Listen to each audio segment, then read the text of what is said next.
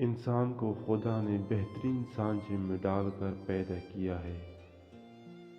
جنتی اور جہنمی وہ بعد میں بنتا ہے۔ پرسکون وہ ہے جس کو کم یا زیادہ کی فکر نہیں۔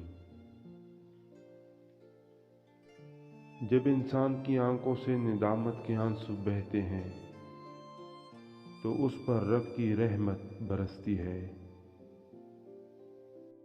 جہاں پانی گرتا ہے وہاں سبزہ اگتا ہے، جہاں آنسو گرتے ہیں وہاں رحمت اترتی ہے۔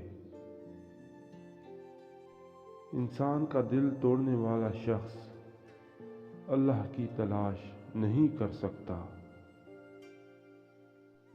پانی جسم کو پاکیزہ کرتا ہے، آنسو انا کو علم و عقل کو پاکیزہ کرتا ہے، اور محبت دل کو پاکیزہ بنا دیتی ہے۔ اللہ تعالیٰ جب کسی بندے سے ناراض ہوتا ہے تو اسے پاکیزہ لوگوں کی عیبجوئی میں مشغول کر دیتا ہے۔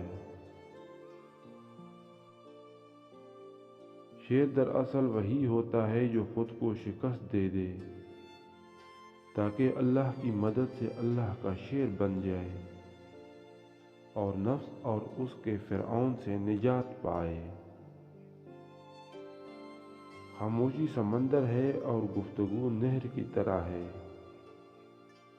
تجھے سمندر تلاش کر رہا ہے تو نہر کی تلاش نہ کر۔